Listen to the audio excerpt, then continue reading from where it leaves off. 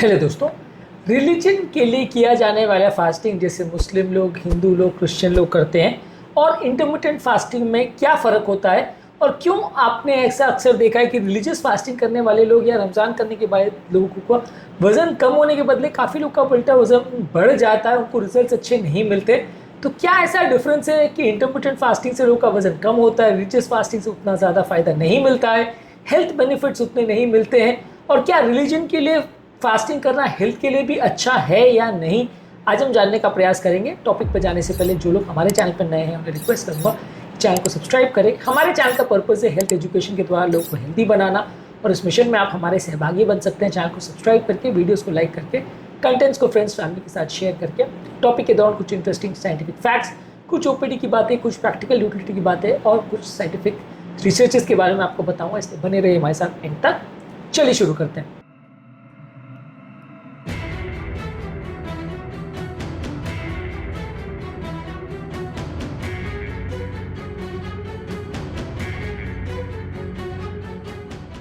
क्या आपके घर में कोई ऐसा है जो रिलीजन के लिए फास्टिंग करता है? कमेंट सेक्शन में लिख के हमें बताएं। रिलीजियस फास्टिंग बेसिकली स्पिरिचुअल कारण, मॉरल कारण या कम्युनल रीजंस की वजह से किए जाते हैं। इस्लाम में लोग रमज़ान के टाइम करते हैं, 1 महीने फास्टिंग करते हैं। क्रिश्चियनिटी में कोई मंथ या टाइम फिक्स नहीं है, लेकिन कई बार लोग भी फास्टिंग करते हैं।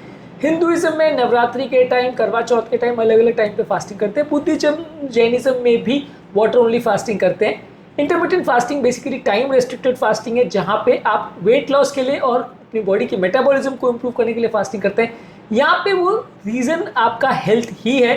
रिलीजन फास्टिंग में रीज़न आपका रिलीजन होता है कि आपको रिलीजन के लिए करना होता है, तो आपका फोकस हेल्थ पर नहीं होता। ये एक इंपॉर्टेंट रीज़न है क्यों रिलीजन फास्टिंग आपको हेल्थ बेनिफिट्स नहीं दे पाते, क्योंकि लोगों का वहाँ पे फोकस हेल्थ होता ही नहीं है। लोग हेल्थ के लिए जो अच्छा है वो करते ही नहीं, लोग खाली रिलीजन के लिए जो अच्छा है वो करते हैं। उनको जैसे भी करके ये होता है कि धर्म के हिसाब से जो उनकी टेक्स्ट बुक्स में लिखा होता है या बाकी लोग प्रैक्टिस करते हैं वो उस हिसाब से प्रैक्टिस करते हैं। उस दौरान या उसके बाद जो वो खाद्य पदार्थ खाते हैं या जो चीज़ों का करते हैं वो चीज़ों पर कभी फोकस नहीं होता। जबकि इंटरमिटेंट फास्टिंग बेसिकली एक हेल्दी लाइफस्टाइल है जिसको हम डेली बेसिस पे करते हैं, तो लॉन्ग टर्म फ़ायदा के लिए या हेल्थ बेनिफिट्स के लिए इसको किया जाता है। इसके अलावा दूसरा इंपॉर्टेंट फ़र्क है कि इंटरमिटेंट फास्टिंग को हम राउंड द क्लॉक या राउंड द ईयर करने को बोलते हैं, यानी पूरा साल भर करने को बोलते हैं। जबकि रिलीजियस फास्टिंग को आप साल में 1 महीना, 10 दिन, 5 दिन, 2 दिन करते हैं।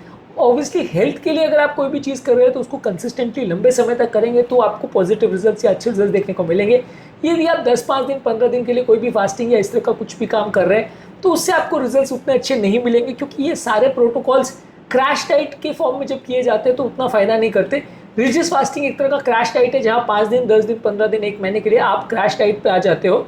लेकिन उससे अगर मान लीजिए किसी का वेट लॉस होता भी है तो बाद में जैसे आप फास्टिंग का प्रोटोकॉल तोड़ते हो वापस से वजन बढ़ना चालू हो जाता है। तो अगर वेट लॉस होता भी है तो वो मेंटेन नहीं होता, क्योंकि ये सस्टेन्ड एक्टिविटी नहीं है।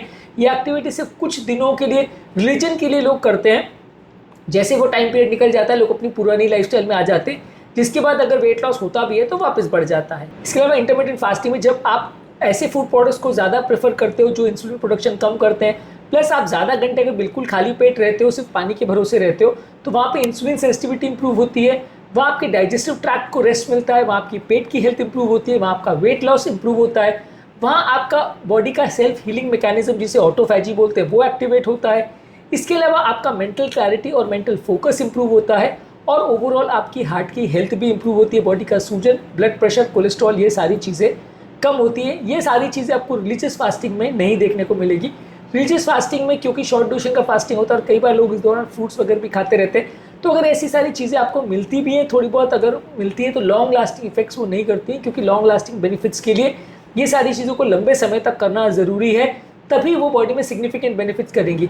मान लीजिए अगर आप 2-4 दिन के लिए फास्ट किया और हीलिंग मैकेनिज्म एक्टिवेट हुआ भी तो भी वो बेनिफिट उतना नहीं कर पाएगा, क्योंकि हीलिंग मैकेनिज्म को भी कुछ असर दिखाने के लिए कई दिनों तक, हफ्ते तक एक्टिवेट रहना पड़ेगा, तब जाके कोई टिश्यू में आपको सिग्निफिकेंट चेंजेस दिखने को मिलेगा। अगर 2-4-5 सेल में हीलिंग हो भी गई या उसमें कुछ रिपेयर वर्क हो भी गया तो उससे कुछ फर्क नहीं पड़ने वाला। तो यही कारण है कि रिलीजियस फास्टिंग बहुत शॉर्ट ड्यूरेशन के होने की वजह से उतना सिग्निफिकेंट हीलिंग या डाइजेस्टिव इंप्रूवमेंट या वजन कम या हार्ट की हेल्थ इंप्रूवमेंट ये सारा नहीं दिखा पाते।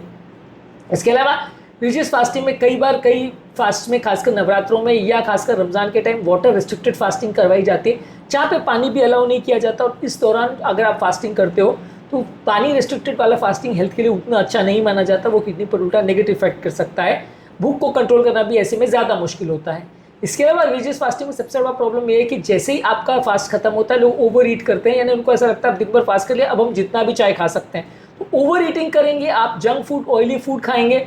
रमज़ान के टाइम ज़्यादातर लोगों ने आपने देखा होगा कि वो शाम के टाइम जो खाना खाते हैं वो बहुत ज़्यादा खराब और ऑयली और जंक ही होता है, ज़्यादातर मीठी चीज़ें ही होती है। सिमिलरली हिंदू में भी जब वो फास्ट तोड़ते हैं तो उसके बाद वो मिठाइयाँ पूरी ऐसी चीज़ें खाते हैं, साबूदाने की कोई चीज़ खाएंगे, फ्रूट जूस पिएंगे, फ्रूट्स खाएंगे। तो ये सारी मीठी चीज़ें होने की वजह से आपको जो थोड़ा बहुत अगर हेल्थ बेनिफिट मिलना था फास्टिंग की वजह से वो सारी निगेट हो जाती है, यानी फ़ायदा नहीं मिलता है। इंटरमिटेंट फास्टिंग को लंबे समय तक मेंटेन करने से आपका ओवरऑल एक डिसिप्लिन लगता है, एक ओवरऑल लॉन्ग टर्म आप में मोटिवेशन लगता है, जिसकी वजह से बहुत सारी चीज़ों में आपको बेनिफिट मिलता है। रिलीजियस फास्टिंग डेफिनेटली थोड़ा बहुत इसमें मोटिवेशन और ये सारी चीज़ें लगती है, लेकिन स्पिरिचुअल और रिलीजियस ग्राउंड्स के लिए की जाने वाली फास्टिंग अक्सर हेल्थ बेनिफिट्स नहीं दे पाती है। इसलिए अगर कोई पेशेंट आके मुझे बोलता है कि सर मैं नवरात्रों के टाइम फास्ट करता हूँ, मैं रमज़ान के टाइम फास्ट करता हूँ, या मैं कोई रिलीजन के लिए फास्ट करता हूँ पर मेरा वजन कम नहीं होता, तो ज़्यादातर उसमें डिफ्रेंशिएशन यही है कि दोनों फास्टिंग का पर्पज़ अलग है, दोनों के पैटर्न्स अलग है, दोनों में क्या चीज़ों पर हम फोकस कर रहे हैं वो अलग है, किस तरह से उनको फॉलो कर रहे हैं, कितने देर के लिए फॉलो कर रहे हैं। ये सारी चीज़ों की वजह से अक्सर रिलीजियस फास्टिंग में आपको हेल्थ बेनिफिट्स नहीं मिल पाते। रिलीजन के पॉइंट ऑफ व्यू आपको अच्छा लगता होगा, वो एक अलग चीज़ है, लेकिन आपको हेल्थ बेनिफिट ज़्यादातर नहीं मिल पाते हैं। रिलीजियस फास्टिंग में सबसे इंपॉर्टेंट चीज़ है कि फूड चॉइसेस अक्सर पुअर रहते हैं। New England journal of medicine में 2019 में एक आर्टिकल पब्लिश हुआ था जिसने बताया था कि intermittent fasting obesity, diabetes, cardiovascular disease सारी चीज़ों के रिस्क को कम करता है। रिलीजियस फास्टिंग में जब ओवर कंपनसेट आप करते हैं और खासकर अनहेल्दी फूड से आप ओवर कंपनसेट करते हैं तो ये बेनिफिट्स आपको नहीं मिलते और फायदे के बदले अक्सर आपको नुकसान होने लगता है। इंटरमिटेंट फास्टिंग आपके बॉडी के मेटाबॉलिज्म को इंप्रूव करता है, आपके डायबिटीज़ को कम करता है, ऐसा भी आर्टिकल्स में बताया गया है। लेकिन शर्त इसमें यह है कि बाकी टाइम आप उसको ओवर कंपनसेट जब आप कर रहे हैं तो आप फ्रूट्स या मीठी चीज़ें नहीं खाएं, नहीं तो जो आपने इंसुलिन रेजिस्टेंस कम किया है वो आपका लॉस हो जाता है। इसके अलावा इंटरमिटेंट फास्टिंग में आप 16 से 18 घंटे का फास्टिंग विंडो रखते हैं। रिलीजियस फास्टिंग में अक्सर ये होता है कि आप सुबह से शाम तक का फास्टिंग करते हैं, जो कि 7-8 घंटे, 10 घंटे, 12 घंटे की फास्टिंग अक्सर होती है, जो कि उतना ज़्यादा बेनिफिट नहीं करती। इंटरमिटेंट फास्टिंग में क्योंकि ये वाटर रिस्ट्रिक्टेड फास्टिंग नहीं होता है तो इसमें ज़्यादा से ज़्यादा घंटे के लिए आपको इनकरेज किया जाता है। रात को सोने के टाइम भी आपका फास्टिंग के उसमें काउंट होता है, तो ओवरऑल आपके घंटे ज़्यादा आपको फास्टिंग रखने को बोला जाता है। तो ज़्यादातर जितने घंटे आप ज़्यादा फास्टिंग रखोगे उतना आपको ज़्यादा बेनिफिट मिलेगा।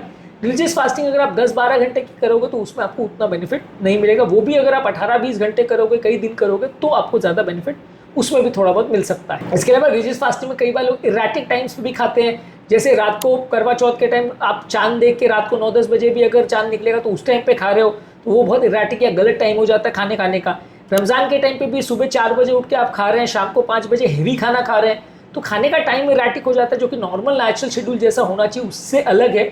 तो इसकी वजह से भी अक्सर रिजल्ट नहीं मिल पाते। आपका फास्टिंग का जो शेड्यूल है उसके हिसाब से अगर आप जो फीडिंग विंडो है वो 6 से 8 घंटे में अगर रिस्ट्रिक्ट करोगे तो आपको ज़्यादा अच्छे रिजल्ट मिलेंगे। रात को 4-5 बजे अगर आप उठ के खाना खाओगे तो वो नॉन नेचुरल शेड्यूल में आता है, प्लस वो हमारे पेट की बैक्टीरिया के लिए भी अच्छा नहीं है, हमारे बॉडी की सर्काडियन रिदम और हार्मोन के रेगुलेशन के लिए भी अच्छा नहीं है। इसकी वजह से भी कई बार वेट लॉस में आपको उतने अच्छे रिजल्ट्स नहीं मिल पाते। रिलीजियस फास्टिंग अक्सर नॉन निगोशिएबल होती है क्योंकि इसमें आपका माइंडसेट अलग होता है, आपको खराब भी लगता है, आपकी हेल्थ बिगड़ती भी है तो भी आप ध्यान नहीं देते। जबकि इंटरमिटेंट फास्टिंग काफ़ी हद तक अडेप्टिव होता है, आप इलनेस, ट्रैवल, स्ट्रेस के हिसाब से इसको अडेप्ट भी कर सकते हैं, तो इसमें आप लॉन्ग टर्म इसको मेंटेन करना थोड़ा ज़्यादा इजी रहता है। रिलीजियस फास्टिंग के दौरान जब आप वाटर रिस्ट्रिक्टेड फास्टिंग खासकर करते हैं तो दवाओं के साइड इफेक्ट्स होने का चांस और हाइपोग्लाइसीमिया, हेल्थ प्रॉब्लम्स होने का चांस भी कई गुना ज़्यादा रहता है। स्टडीज़ ने शो किया है कि शुगर वाली मेडिसिन से हाइपोग्लाइसीमिया होने का चांस 7 गुना ज़्यादा होता है रमज़ान के time as compare to regular times. तो इसलिए ये रिलीजियस फास्टिंग में दवाओं के साइड इफेक्ट्स होना और हेल्थ का बिगड़ना ज़्यादा कॉमन होता है as compare to intermittent fasting.